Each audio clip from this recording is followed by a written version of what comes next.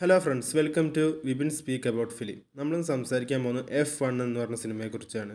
ഈ സിനിമ സംവിധാനം ചെയ്തിരിക്കുന്നത് ജോസഫ് ക്രൊസൻസ്കിയാണ്. ഇദ്ദേഹത്തിൻ്റെ മുൻ ചിത്രമായ ടോപ്പ് ഗൺ മാർവിക് ഒരു ഗംഭീര സിനിമയായിരുന്നു. ഈ സിനിമ അതിനോട് കിടപിടിക്കുന്ന രീതിയിൽ തന്നെയാണ് എടുത്തു വെച്ചിരിക്കുന്നത്. ഫോർമുല 1 റേസിങ്ങിനെ ബേസ് ചെയ്തിട്ടാണ് ഈ സിനിമയുടെ സ്റ്റോറി പോകുന്നത്. ഈ സിനിമയിലെ പ്രധാന കഥാപാത്രങ്ങളെ അവതരിപ്പിച്ചിരിക്കുന്നത് ബ്രാഡ് പിറ്റ്, ഡാൻസൺ എഡ്രിസ്, കെറി കൊണ്ടൻ, ടോബിയാസ് മെൻസിസ്, ജാവർ ബാഡൻ എന്നിവരാണ്. ഈ സിനിമയിലെ ഓരോരുത്തരും പെർഫോമൻസ് എടുത്തു പറയേണ്ടതിനാണ്, പ്രത്യേകിച്ച് ബ്രാഡ് പിറ്റിൻ്റെ പെർഫോമൻസ്. കാരണം അദ്ദേഹത്തിന് ഈ സിനിമയിൽ ഒരുപാട് പ്രോബ്ലങ്ങളുണ്ട്, അദ്ദേഹത്തിൻ്റെ ശാരീരികമായിട്ടും മാനസികമായിട്ടും ഒക്കെ.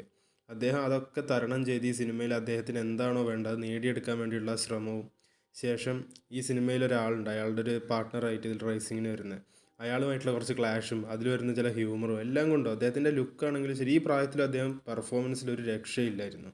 കിട്ടില്ല പെർഫോമൻസ് ആയിരുന്നു ഈ സിനിമത്തെ.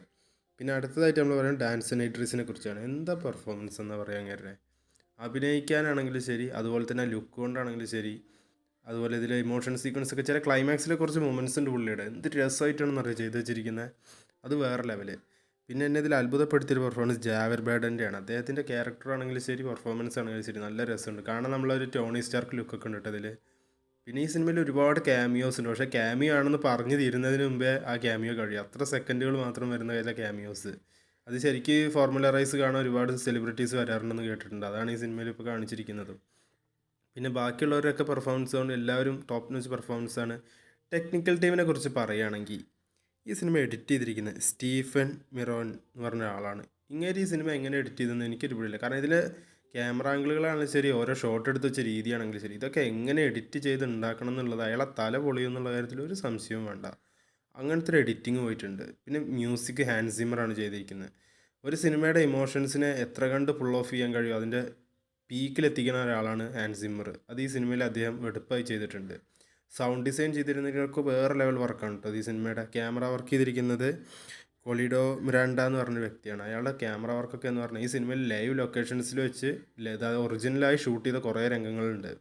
അതൊക്കെ അത്രയും ഒറിജിനലായ ഈ ക്വാളിറ്റിയിൽ നമുക്ക് കൊണ്ട് കിട്ടും. നല്ലൊരു തിയേറ്ററിൽ പോയി എന്തായാലും ഈ സിനിമ കണ്ടു നോക്കുക.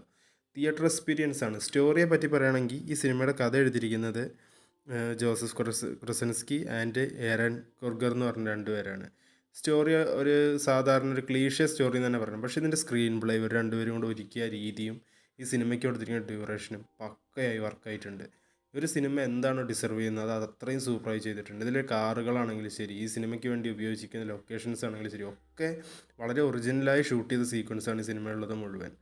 ഒക്കെ ഈ സിനിമയ്ക്ക് ഒരുപാട് പവർ കൊടുത്തിട്ടുണ്ടെന്ന് തന്നെ ഞാൻ പറയും. വളരെ മികച്ച രീതിയിൽ ഷൂട്ട് ചെയ്ത് വെച്ചിരിക്കുന്ന, നല്ലൊരു സ്റ്റോറി ലൈൻ പോകുന്ന, നല്ല രസമായിട്ടുള്ള അഭിനയങ്ങളുള്ള ഒരു ഗംഭീര പടം. നിങ്ങൾ തിയേറ്ററിൽ പോയി കാണാതിരുന്നാൽ നിങ്ങൾക്കിതൊരു വലിയ മിസ്സാവും. നല്ല സൗണ്ട് സിസ്റ്റവും നല്ല സ്ക്രീൻ ക്വാളിറ്റി ഉള്ളൊരു തിയേറ്ററിൽ പോയി കണ്ടാൽ നിങ്ങൾക്കൊരു ഗംഭീര എക്സ്പീരിയൻസ് കിട്ടും. ഇനി ഇതുപോലുള്ള സിനിമകളുടെ വിശേഷമായി ഞാൻ വീണ്ടും വരുന്നതാണ്. നിങ്ങൾ എന്തായാലും നമ്മുടെ ചാനൽ സബ്സ്ക്രൈബ് ചെയ്യുക, സപ്പോർട്ട് ചെയ്യുക.